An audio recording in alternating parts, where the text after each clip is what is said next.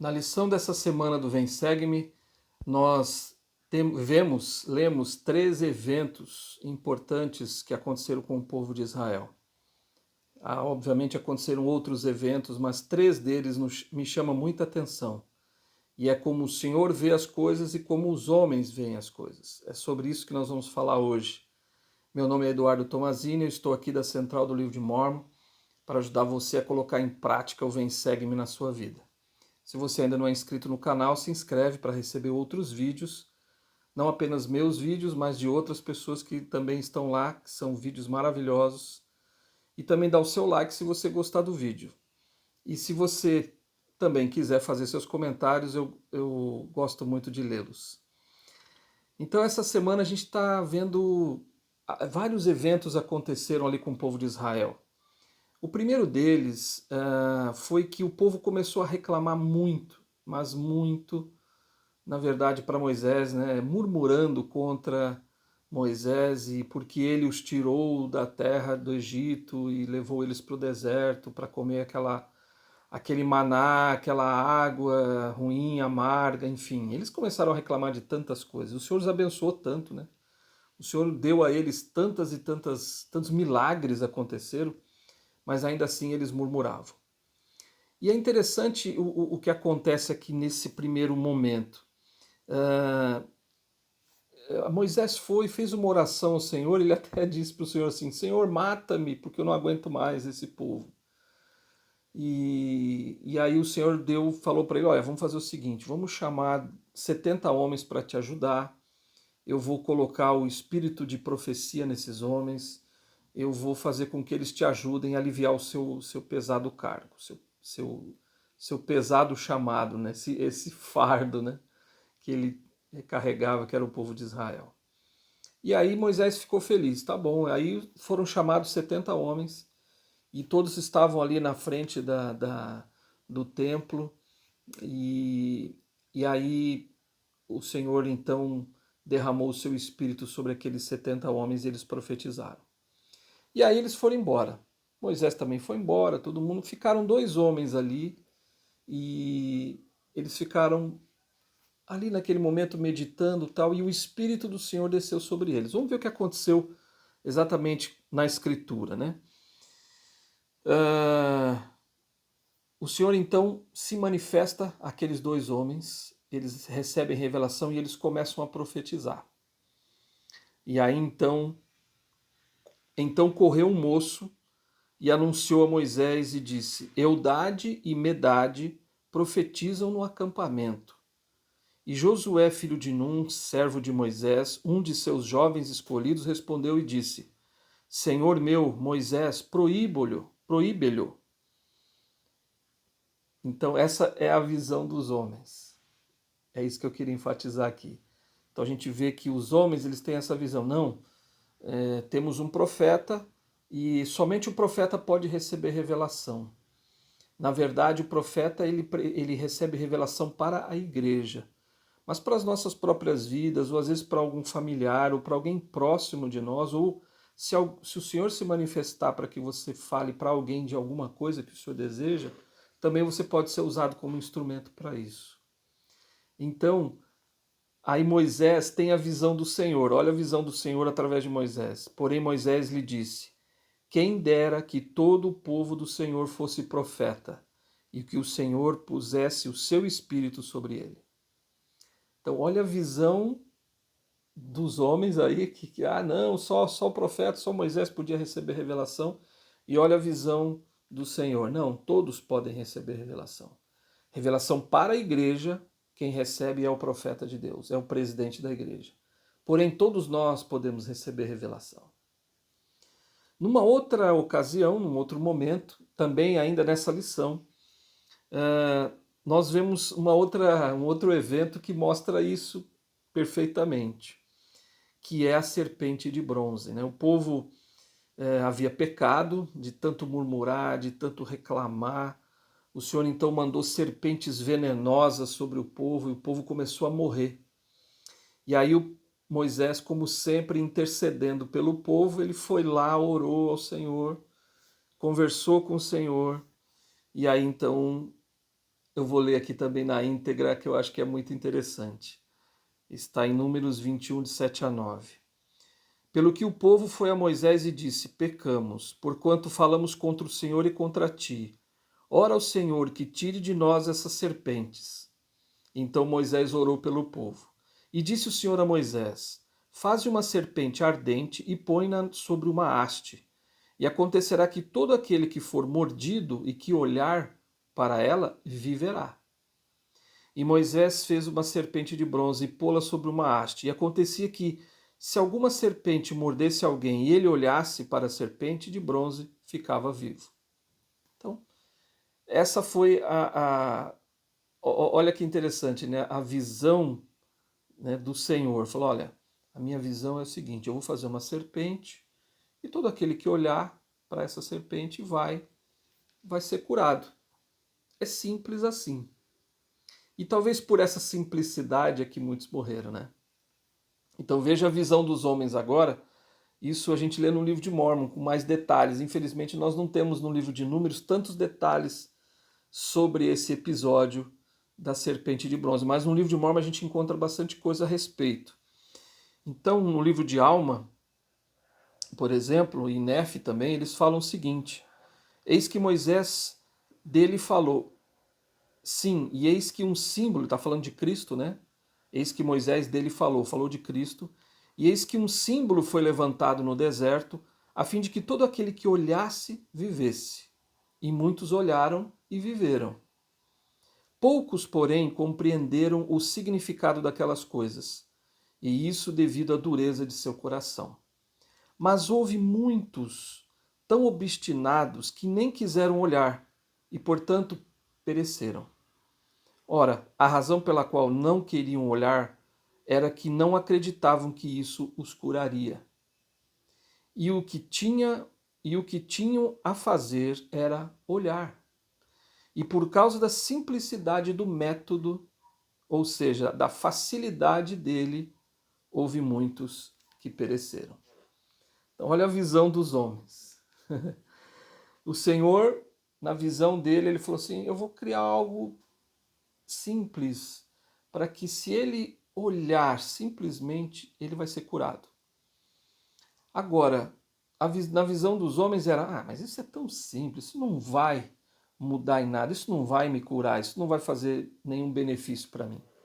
E isso acontece hoje em dia, né? Se a gente parar para pensar, o Senhor nos deu coisas tão pequenas e simples que por causa da simplicidade a gente deixa de olhar ou de fazer. Como, por exemplo, o presidente Nelson disse: reserva um tempo para o Senhor todos os dias, estuda o Evangelho e faz a sua oração. Mas isso é uma coisa tão simples. O que isso pode mudar em mim? Então essa é a visão dos homens. Qual é a visão de Deus? Reserva um tempinho, 15 minutinhos por dia, para estudar o Evangelho e orar. Então, às vezes, por causa da simplicidade do método, deixamos de olhar para essa serpente, deixamos de olhar para Cristo, deixamos de ter esse tempo com o Salvador todos os dias. Num outro episódio, a gente nota também que eu acho que esse aqui é maravilhoso e talvez o melhor dos três no sentido de mostrar essa visão, né? E é justamente porque o Senhor mandou que Moisés enviasse 12 espias, ou espiões, vamos dizer assim, para ver como é que era a terra de Canaã, como é que estava a terra prometida, né? Como que eles iriam chegar lá, quem que estava morando na terra, se a terra era boa, se era ruim. Então o Senhor mandou que Moisés chamasse um de cada tribo. E 12 homens foram escolhidos e eles foram para ver o local.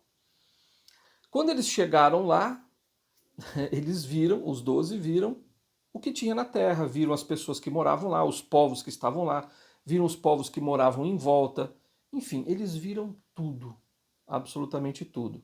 E eles ficaram bastante admirados porque a terra manava leite e mel, é uma terra produtiva, uma terra que era extremamente abençoada no sentido da agricultura, do que eles poderiam conseguir daquela terra.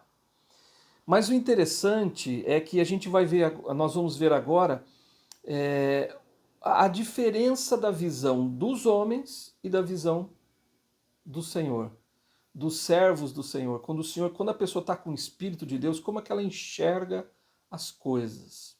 Olha só. Então, na visão dos homens. Porém, os homens que com ele subiram disseram: não poderemos subir contra aquele povo, porque é mais forte do que nós. E difamaram a terra que tinham espiado diante dos filhos de Israel, dizendo: a terra pela qual passamos para espiar é terra que consome os seus moradores, e todo o povo que vimos nela são homens de grande estatura. Então eles ficaram com medo. Falaram: como nós vamos invadir Canaã se lá só tem gigantes, homens fortes e o exército deles, nações que estão lá, vão destruir o nosso povo? Essa foi a visão dos homens, de 10 homens. Dos 12, 10 tiveram essa visão. O interessante aqui é que nós vamos notar agora a visão das pessoas que têm o Espírito do Senhor, a visão do Senhor das coisas, que é essa visão que a gente deve buscar. 2 deles, Josué e Caleb, tiveram uma visão diferente, que tiveram a visão do Senhor. Olha que interessante o que eles dizem. Lá em Números 14, de 6 a 9. E Josué, filho de Num, e Caleb, filho de Jofoné, dos que espiaram a terra, rasgaram as suas vestes. Então, depois que eles ouviram o que os outros 10 disseram, eles falaram: como assim? Rasgaram as vestes deles. Eles tinham esse método, né? Eles usavam isso para mostrar sua indignação, né? E o horror com que eles haviam dito aquilo. Como assim? Eles viram uma coisa totalmente diferente. E falaram a toda a congregação dos filhos de Israel, dizendo: a terra pela qual passamos para espiar é terra muito boa. Se o Senhor se agradar de nós, então nos porá nesta terra e nola dará, terra que mana leite e mel.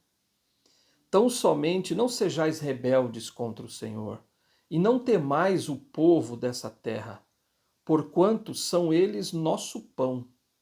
Retirou-se deles o seu amparo, e o Senhor é conosco, não os temais. Olha a visão de Josué e Caleb nessa hora. Totalmente diferente da visão dos outros 10. Uma visão de que, ele disse, né, condicionalmente, né, ele diz: vou botar uma condição aqui, eles disseram. Se a gente não for rebelde contra o Senhor vai estar conosco e nós vamos vencer. Porque a terra é maravilhosa, a terra é boa, e se o Senhor estiver conosco, quem vai poder nos vencer? Essa era a visão do Senhor. Interessante nesses 3 episódios como é que nós precisamos começar a enxergar como o Senhor enxerga. Ver as coisas da ótica que o Senhor tem, não da nossa ótica, da nossa visão. Porque a nossa visão, ela é restrita, a nossa visão ela é pequena. O Senhor vê um todo, o Senhor vê lá na frente. Então, mas como é que eu posso ter a visão do Senhor? Eu tenho a minha, eu sou um homem. Mas se você tiver o Espírito do Senhor com você, você vai enxergar as coisas de uma forma diferente. E você pode se esforçar também para ter uma visão diferente, ter a visão do Senhor. Tem uma aprovação na minha vida, está acontecendo algum desafio na minha vida, como é que eu tô olhando isso? Eu vou usar essa aprovação, essa dificuldade como um benefício para a minha própria vida? Ou simplesmente como é um problema que eu tenho, é uma carga pesada, é um fardo que... e começa talvez até a murmurar, reclamar: por que eu passo por isso? Essa é a visão dos homens. Quando você tem a visão do Senhor, você enxerga as coisas como, na verdade, uma oportunidade de crescimento, de desenvolvimento pessoal. E, obviamente, que o Senhor, Ele nos dá tudo isso, todos os desafios que nós passamos na nossa vida, para que nós possamos nos preparar para nos encontrarmos com Ele do outro lado do véu. E para que possamos receber a vida eterna. Então não é simples, não é tão fácil assim ser Deus, né? Então nós temos que passar por tudo isso. Porém, nós podemos ter a visão do Senhor nesses momentos. nos momentos mais difíceis da nossa vida, a gente pode olhar para esses problemas, para essas dificuldades, como o Senhor veria.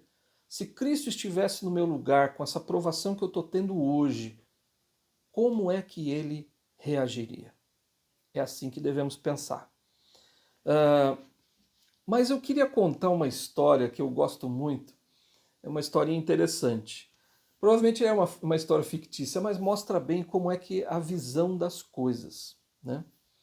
Visões diferentes das coisas. Uma vez uma companhia enviou um vendedor de sapatos a uma cidade da África onde ele nunca tinha vendido.